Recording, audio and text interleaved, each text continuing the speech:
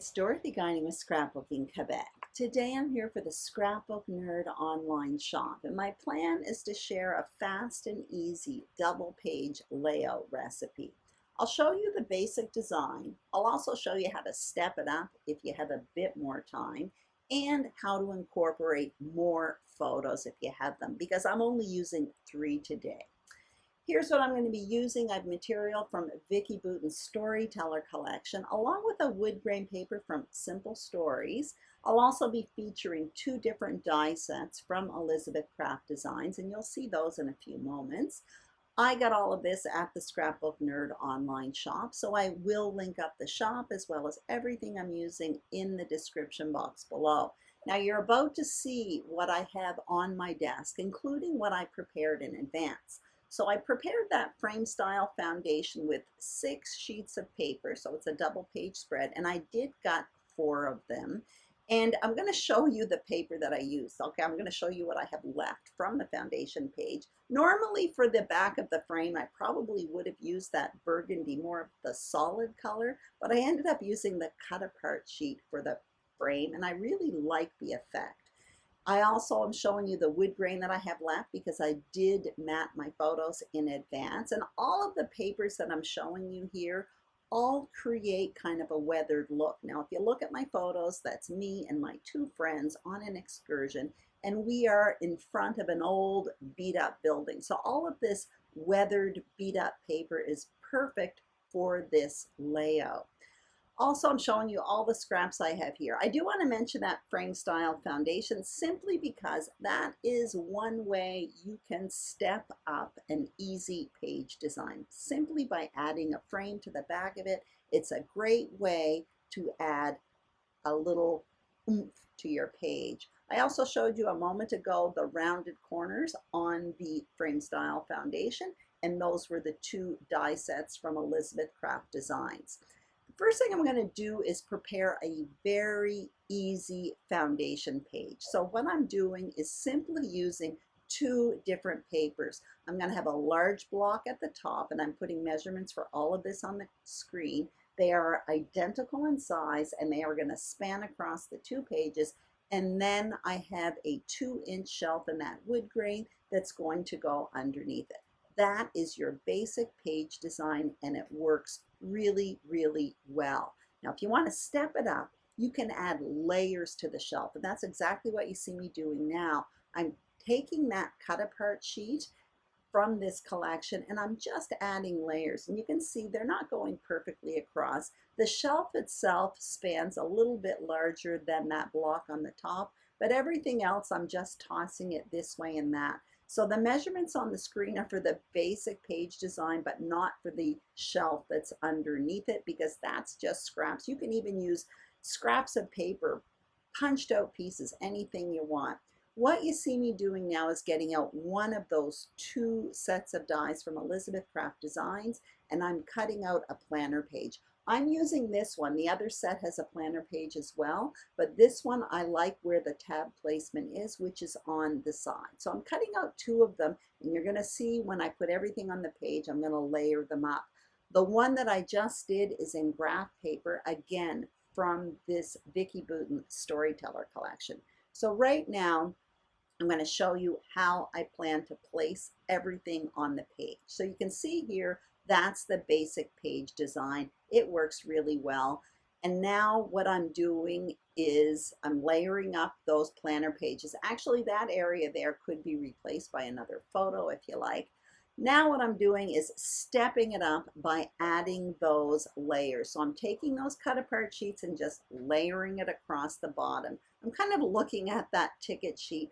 I like it there, but you're going to see I kind of work with that a little bit later on.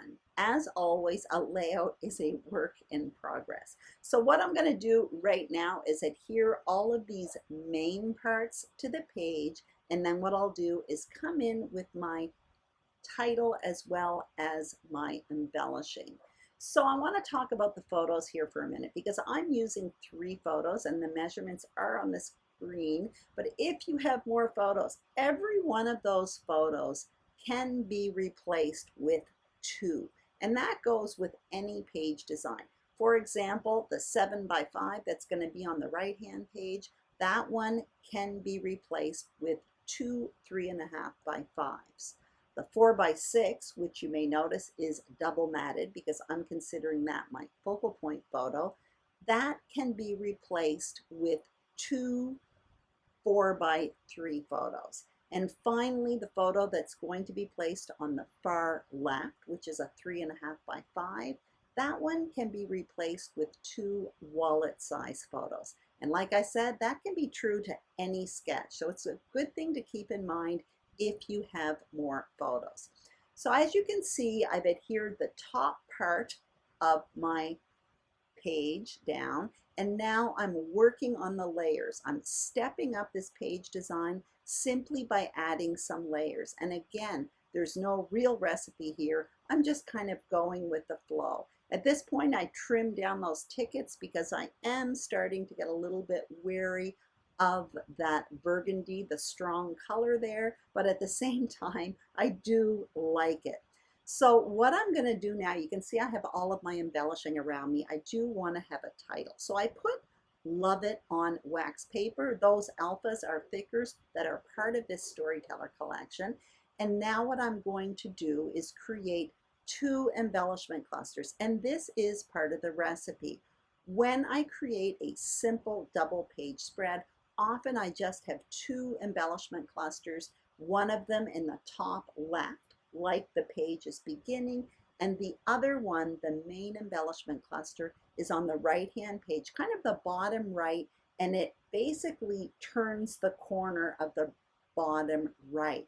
Now I'm starting with the ephemera from this collection, but that's perfect, right? It works. However, I want to step it up a bit, so I'm getting out my dies here, and this is the other collection from Elizabeth Craft Designs.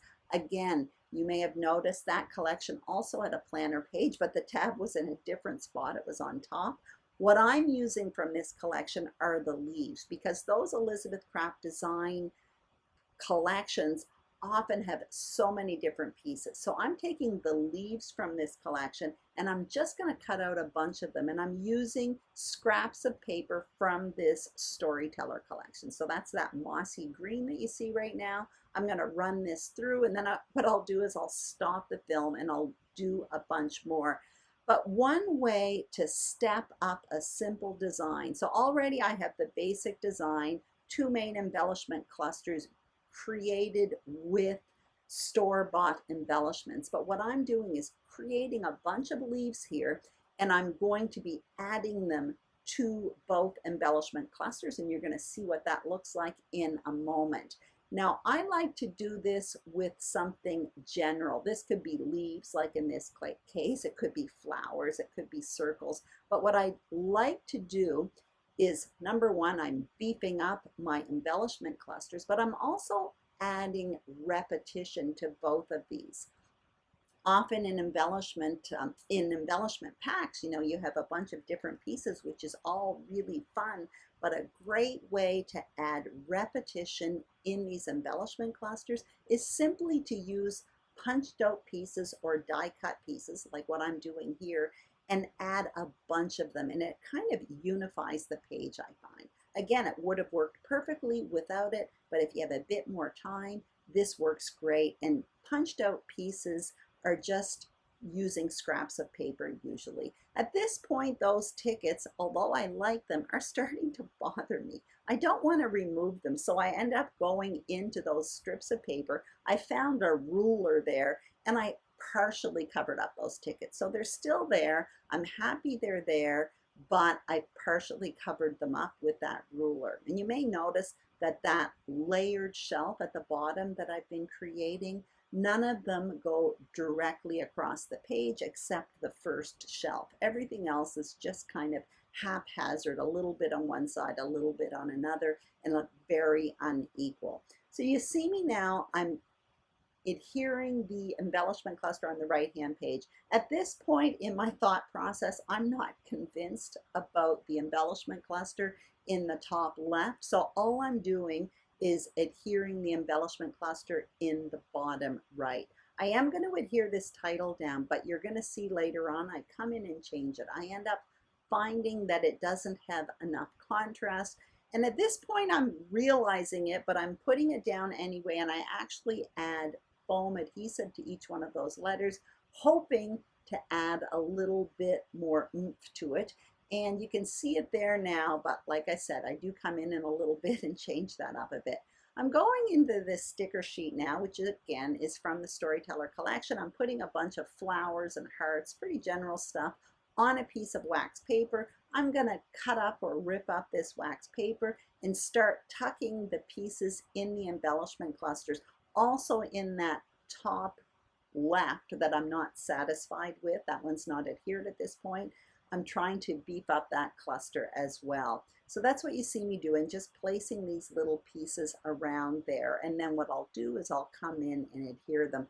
When I am adhering the final touches in these embellishment clusters, the big pieces are down.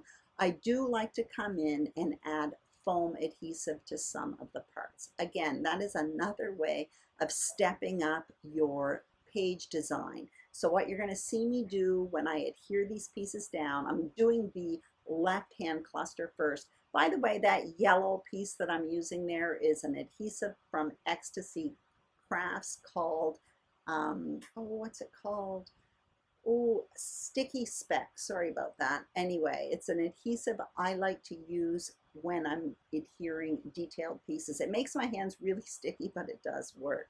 Anyway, you can see I'm in there with all my pieces. And what I will do with the hearts at this point is I'm going to add cardstock to the back of them, because these are just cardstock stickers. They are a nice weight for stickers. They're not super thin, but I do want to add a bit of cardstock behind it because I want to pop them up on foam adhesive, and I don't like when things warp on the layout. So by adding a layer of cardstock behind it, that just kind of helps it stay really, really solid. At first I was thinking of putting that heart on the focal point photo, but I do decide to incorporate it in that cluster on the top left, and then I'm putting another one over there on the far right. Now I'm looking for a few words to put in those tabs there. So I have the sticker sheet out. I end up getting another one out and ripping it by accident. The tabs are fairly small and a lot of those words were long. So I do come in at the end with another Tim Holtz book that has smaller words. So I'm almost finished here, but you are going to see I do come back and I end up switching up the title. You can see there at the bottom, it was sitting on my desk and it just wasn't looking right to me. So what I did was I removed all of those letters that said love it, and I'm getting out a title sheet. This again is from the Storyteller collection. And what I did was I cut out from the see-through cellophane that the titles are on, I cut out the word photo op, because this is kind of a photo op with me and my friends, and I put it on top of that flower there in the bottom right. That way I could see through it. I know what it looks like. I basically did it instead of the wax paper. And now I'm looking for a repetition to put in the top left of that black puffy sticker. I started with an arrow there. I didn't quite like that, so I ended up going with the number 3 because we are 3 friends that went on an excursion, and I'm just going to place it on the heart there. All I want is a repetition of the title in the opposite corner, and that is another thing I do often when I create a double page easy spread like this. So I have the title in one corner and a repetition of that same material in the opposite corner. And you saw there I got out that Tim Holtz book. I was just looking for a few words in the tabs, which I did find them. So that is it. I hope you enjoyed this video. If you did, please give it a thumbs up.